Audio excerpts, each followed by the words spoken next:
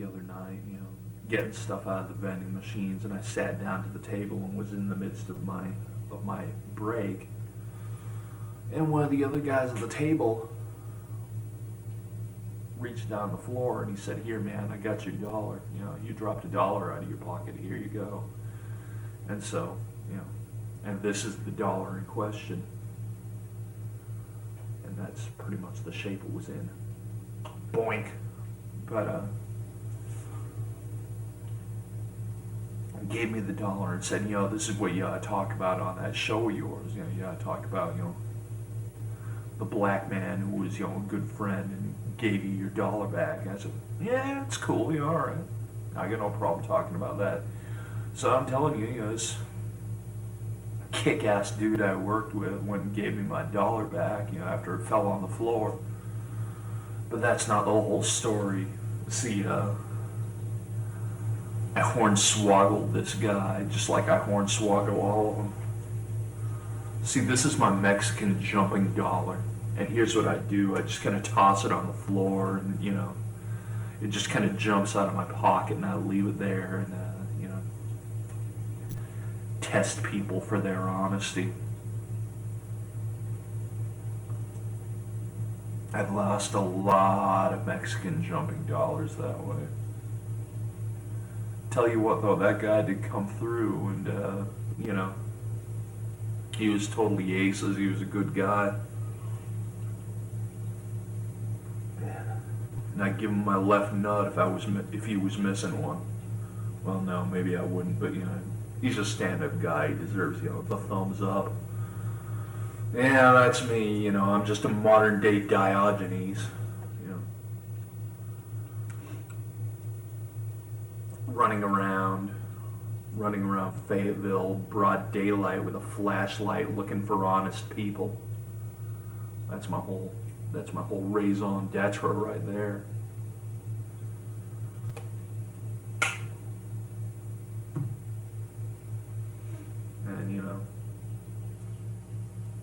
And everybody flocks to me and kisses my ass for all the wisdom I've got to issue to people. I have kings and queens and presidents and senators and nobility and all kinds of other, snake oil salesmen all kind of walking up to me. I'll be just out there lying in the sun. They'll all just come up to me. "Oh, C.F. Roberts, oh, C.F. Roberts, you're so wonderful." That's what they call me. "Oh, C.F. Roberts, you're so wonderful. You've given so much to the community. You've given so much to the world with all your indispensable wisdom. What can we possibly give back?" They just line up while I'm sitting there trying to catch some rays, and they're like, "What can we do for you?" And I don't know. What can you do for me? I don't know. Don't stand between me and the sun, you dog dicks.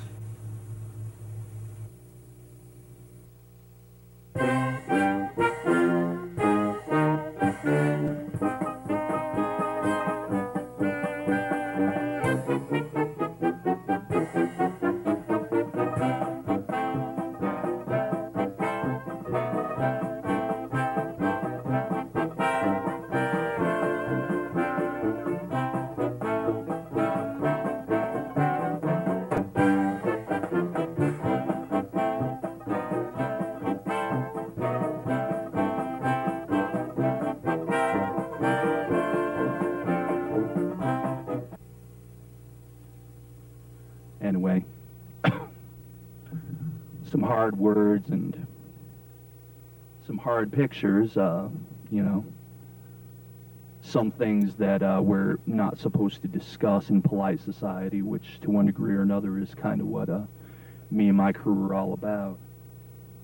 I thought it was kind of funny in the last presidential election when the debate came to censorship. It wasn't whether it was good or bad, it was how legitimate one or the other candidate's pro-censorship view was. But it just kind of brings to mind more than ever that this is a culture war, and the creative community needs to start treating it like one and fighting back. One way you can do that is to send money to this station, because the cat is your First Amendment connection. But this is the last one I'm going to do. And it's for the censorship geeks and also for the artists who are out there fighting. And it's called Archangel. Deliberations. What can be said of debris in the storm's wake? You clean it out in order to salvage broken people, broken lives, broken souls. What once was, litters like so much driftwood. That reduced even below ornamental level. Once the deadfall was significant, erasure is necessary. The ambulance won't come. It won't touch the wreckage here. In heart, I may have become a perverse Buddhist, toasting marshmallows on immolation's display. So be it. So be it. This wall begs to be torn down brick by brick. This candy fortress of you and yours and all your waxwork devices. I left it alone for a long time, stayed in shadows with lips buttoned, silent in worlds that didn't speak the language. A friend wrote me and said, the first step is to get rid of the garbage, all the garbage. Interlude 1. Early childhood memory, furious perpetual motion kid flails on green leaf pattern couch. Dad smacks me hard for this little impulsive transgression. Upholstery was a strange idol with unpredictable demands. Now bone hands and bruised head comes the time of cleansing. 2. Prince of Lies. I will no longer appeal to you with reason, since reason is too often misconstrued as weakness. I will no longer make appeals. I will no longer appeal. Interlude 2. Winter, mounds of snow. They must have been a year or 3 older than me, 2nd grade, 3rd, maybe 4th. I told them I was a scientist and I was studying quicksand. They threw ice balls at me. Day after day they would point and scoff, call me a scientist. Hey, scientist. Where are you going, scientist? Borrow your lunch money, scientist? Exactly how long have you been mincing words? Do you put them into pies and decorate them with chopped walnuts? Tell your major domo to hold all your calls. I've got a message for you wrapped up in a brick. This is going to be pretty, eloquent even, and studious. I'm sure you'll appreciate that. Window smashes an E flat, my favorite note. Tell the dinosaurs the jig is up, at least in my house. Tell the ragamuffins they can indeed caterwaul all they please over whatever paltry gutter martyr. This will all be fitting. It'll be everything you worried it wouldn't be. I mailed your package straightways to the Sargasso stagnation of a dead pool. Sonar pings off the shell of your skull like ancient outmoded video games. Tell the old taskmaster he was right. Don't do it for me, do it for you. Lick the scotch from between his toes. Go home, lie down. Tomorrow you can sit in a chair, toss the cancer bag to board wads of potential ripe for the crushing. Something along those lines will break eventually. Not to worry, the streets are full of rubes and their heads meet your demands, open-ended receptacles, tailor-made for impregnation. Tin soldier robot nods in time to master's plan. Facts are miniature slices of data we throw up as barriers to cushion ourselves and avoid reality. The numbers are relative. The explanations are relative. The numbers are staccato gunfire at night, around the corner, coming up the street. When the holes become apparent and the vision gains clarity, the house of cards falters, wavers, does a stunted air dance to avert oblivion. It collapses in silence, a million jacks and jokers screeching into the vacuum. They got the joke too late. Why did the rube cross the road? The prophet on the other side was hawking the right flavored rhetoric. So much power in crepe paper division lines. They said you couldn't fight your way out of a paper bag, true enough, or a paper tiger, or motto, or principle. Excuse me while I jerk the wheel. Excuse me while I short-circuit your little machine, the one you thought was so maverick. Excuse me while I derail your political melodrama and cornhole your ideologies for the whole family. Don't squirm, it'll hurt less. Get that bowel movement out of the way first. It's called truth, and it makes things messy. Gather about, children. Honor the carcass. The carcass will give you food and shelter. The carcass will offer you validation. The carcass will chase primal fear away for at least 20 minutes. The carcass will be your best friend and eternal confidant. The carcass will hit you up for spare change. The carcass will provide hostile witness. The carcass will beg you to speak and demand that you shut up when you do. The carcass will be everything and its antithesis. I reached under the carcass's rib cage. It took a bit of doing. One must be careful disassembling the veins to cut the yellow wire first, the red wire second. I removed the soggy clump from the dead chest of the carcass. It was a pile of dead, dripping leaves. I've done time in many haunted houses. 3. Ascension. Your smile is a gift. What's the matter here? Interlude 3. Creep. I'm old enough to walk. I'm on my hands and knees. An afternoon sun smiles its way into warm patterns on carpet. I'm under the table, exploring intricate labyrinths between chairs, under chairs, the exits, the entrances, the varnished bridges and tunnels. I can't see my mother. Her voice goes on lazily in a phone conversation, the other side of which I can't hear. Sing-songy monologue. So I let him creep around for a while. Creep. I lock into the word creep, and I creep. I put action and soul into the thought and the essence of creeping. I'd never given this thought before. It's 11th hour. Your apocalypse on my screen. Holy epilogue, my grand finale. If you pull that foot in the door gag, you'll earn yourself a militant case of fallen arches. It's Pearl Harbor. It's sayonara for your everything. The door of unnecessary has been unlocked, and I found the paltry-ass belongings in your treehouse. They weren't spectacular. Even the threats were pale, flat, and uninspiring. So comes this final violent goodbye to you. A goodbye with the kinetic drive of my fist on a mission. The twilight middle finger to your pretty little picture. Your fun and games, your soundtrack of an elsewhere world, your diligent happy ant cop-outs, your garbled rationales, your inexplicable line of thought, your flight of priorities, your superficial arcade vanities, your impetuous convictions, your atavistic concepts of might makes right, your pointing finger, your derivative and inapplicable black and white movie rehash, your also-ran salvation gestures, your mechanical stabs at self-preservation, your bows to the time-tested machine, your worn-out belief in all things durable, breakable, and with warranties, your marvels at the wizards of sleight of hand, your half-rights, half-standard, whole standards, your dripping regimentations, your boring trademark nonconformities, your staid contradictions, self-contradictions, life contradictions, your bold new world, your shining debacle, your squealing red-faced propriety, your artificial revelations, your rationalized acquiescence, your predictable anachronistic moral outrage, your learned, lofty standards, your rivers and tributaries of piss and jism, your rope motion strategies, your worm-ridden manifestos and pustules of should, the dead shoulds, dying shoulds, all the lumbering, brainless golems of should, the yapping, boot-licking dogs and ditto heads of don't, rigid don'ts, sterile don'ts, don'ts with their sleeves rolled up, meaning business, don'ts with angry Dobermans, don'ts with Bill Blass suits, don'ts carrying bayonets and numbers on the tips of their glorious propaganda, don'ts who don't take no, don'ts that stick to the floor, don'ts who say, do as I say, no, don't, don'ts who use words like future life earning stream, equity, and absolute, and dreamer, and greater good, and trilateral commission.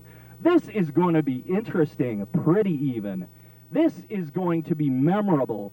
This is the sound of the door slamming.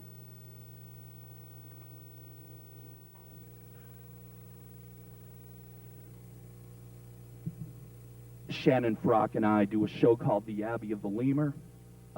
Saturday nights around this time, you can usually see it. And right now, I want to make a donation to the cat.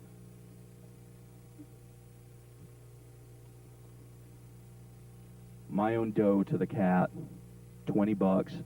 I'm $10 short of getting a Hannah candle. Folks, don't cast this before Wednesday or it's going to bounce like a Super Ball, I'm telling you. But this should be a point, you know, that you should all listen to. All you Poe folks who, you know, maybe think, well, I can't give enough. I'm living in squalor, folks. I'm giving. And every buck counts. And you should send some dough. Send $1, $2, $3. Doe, a deer, a female deer. What can I say beyond that? I'm going to make a couple of challenges to all you Lemur fans, and I know you're out there. You've stopped me on the street. You've threatened me in bars. Cough it up. Cough it up. I'll make a play to all our enemies, all our detractors. Send some dough, those of you who we make fun of on the show. Send some dough. Make sure we get your name when you do it. We will declare amnesty. We will stop making fun of you. We will never mention you again. Now, we've gotten donations from Mayor Fred Hanna, Alderman Trent Trumbo, and you know what? I'm going to have a real hard time ever making fun of these guys ever again. Because, well, I may not have seen eye to eye with them on many things. The simple fact is they came through. They were real men. They did the right thing. They were, they were stand-up guys. So, well, what can I say? But here's my friend Shannon, and she's going to be doing sometime in the near future a program of acoustic singing and songs, acoustic, electric. Acoustic, electric, a little song, a little dance, a little seltzer down your pants. All right, give money. We don't usually do this kind of thing, Well, we have asked for money before, but we ask that you send it to us personally. This time, we want you to send the money somewhere else. We want you to send it to the good people at the CAT, protecting your First Amendment rights. Does anybody remember what those are? Well, we at the Abbey of the Lemur like to exercise our First Amendment rights on a daily and aggravating basis, and we have garnered some people who are not exactly fans of the show. Too bad. And send money, and I'll even issue a challenge to these strangos that call us up in the middle of the night after the show runs to torment us. Don't call us, call them, call the CAT, and send some money. You know what to do. And I think the CAT is really, really important. I think it's a very, I think it's a very important forum for free speech, and that's kind of our angle on it. That's what we're most interested in, is the protection of said free speech, which seems to be eroding every day. And we would also like to issue a challenge, or I would like to issue a challenge, to not only give money to the CAT, but to get you took us up here and make a show yourself. Get a producer's card. Do something. If you don't like the Abbey of the Lemur, or you don't like the shows that we're doing, then why not come and make your own? So you have that right. As long as the CAT is here, you can come up, you can exercise your creative energies in any way that you like. And that's really important. I cannot stress to you how important I think that is. This is one of the last bastions of true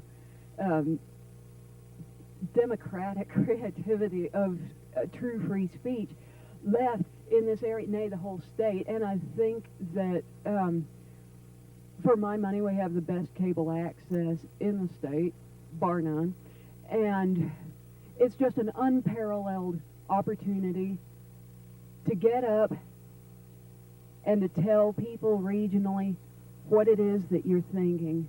And I think this is crucial, and I think you should support it. I think I should support it. Chuck has supported it.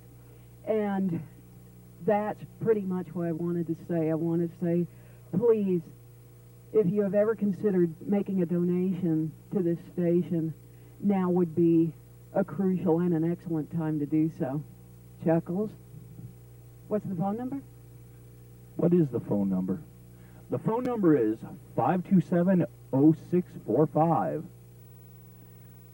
It's all about the autonomy, baby. Cough up the dough. We're your friendly neighborhood lemurs, and I think that about wraps it up for our little segment.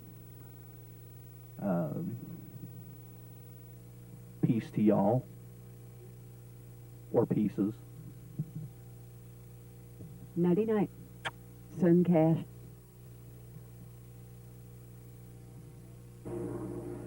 Treachery is a cheerful part of my daily routine.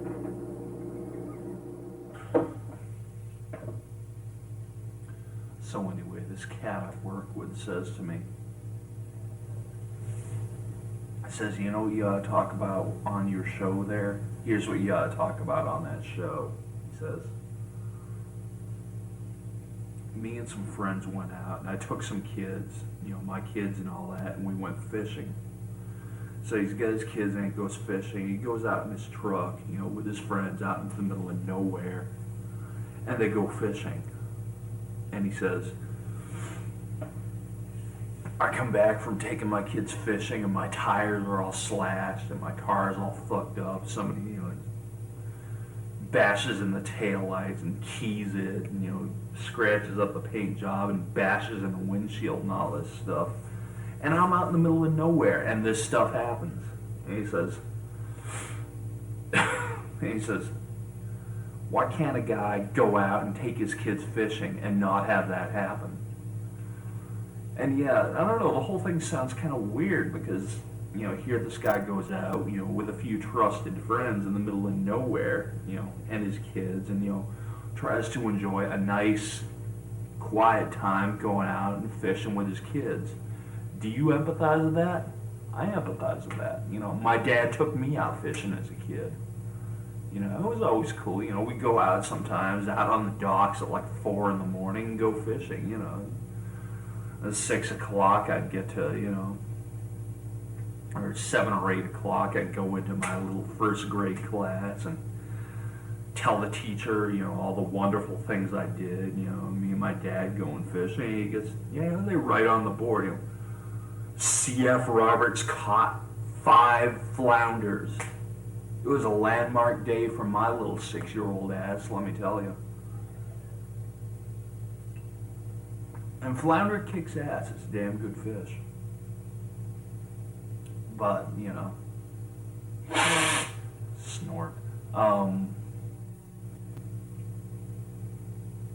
Why? Why smash up a guy's car, slash his tires, all this stuff? And who would do such a thing? Out in the boonies, way out in the middle of nowhere. Nothing. I think we got the makings of a decent bit of cryptozoology going on here, folks.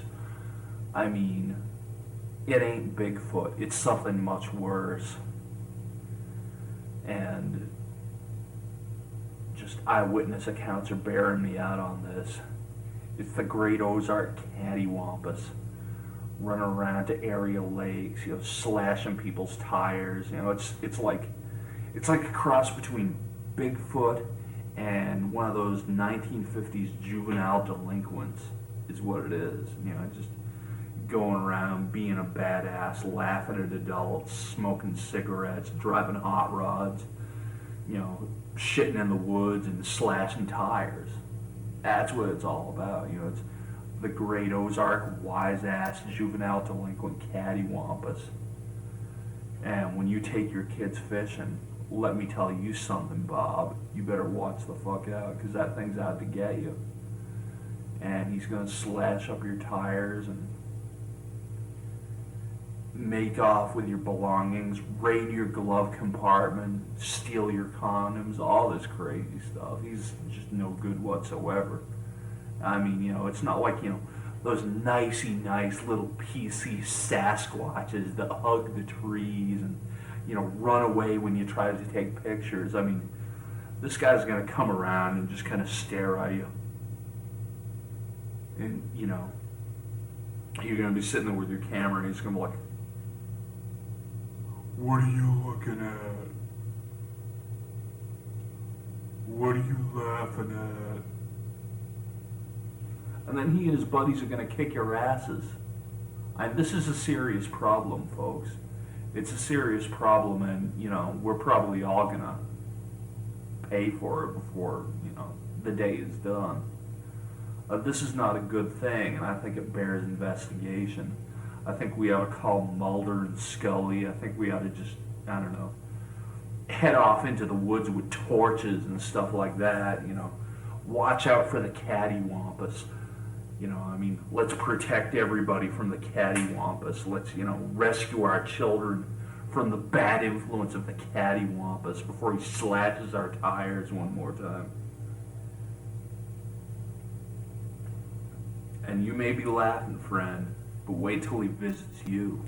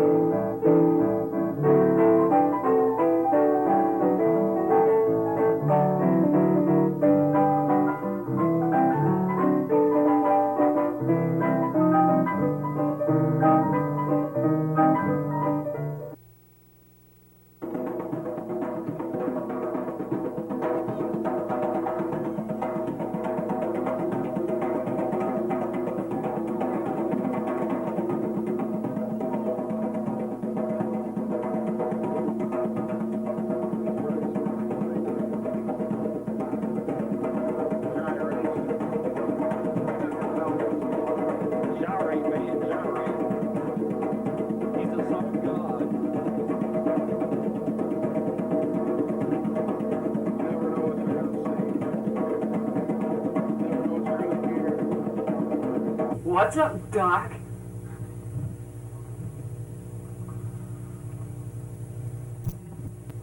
My crotch itches.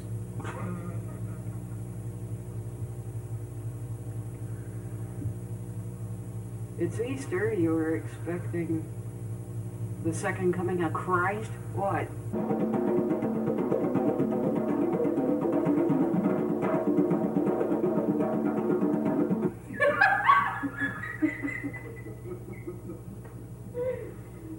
Yeah.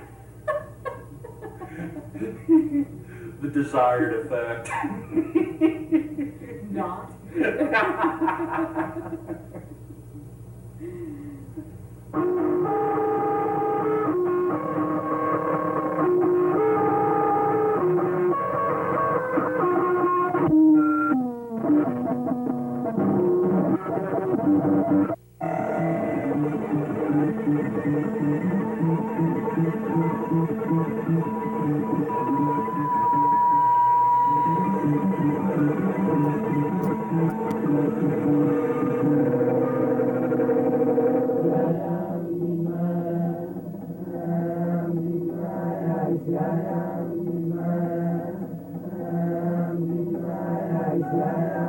But I'll never forget those kind of proletarian rumpty-dump work songs.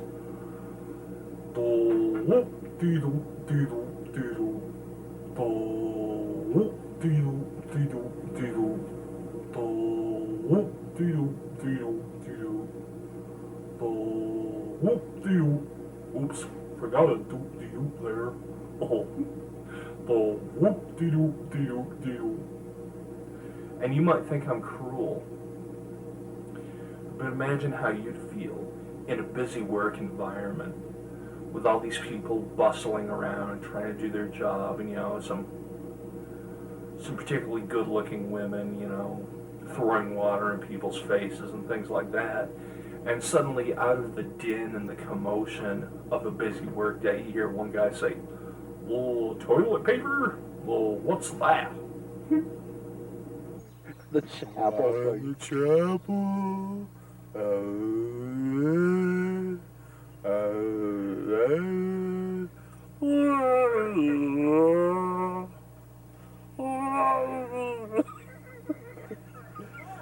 What? What noise? This should be music to your ears. All right, keep it all right. You're on the air. What? Yeah, up yours.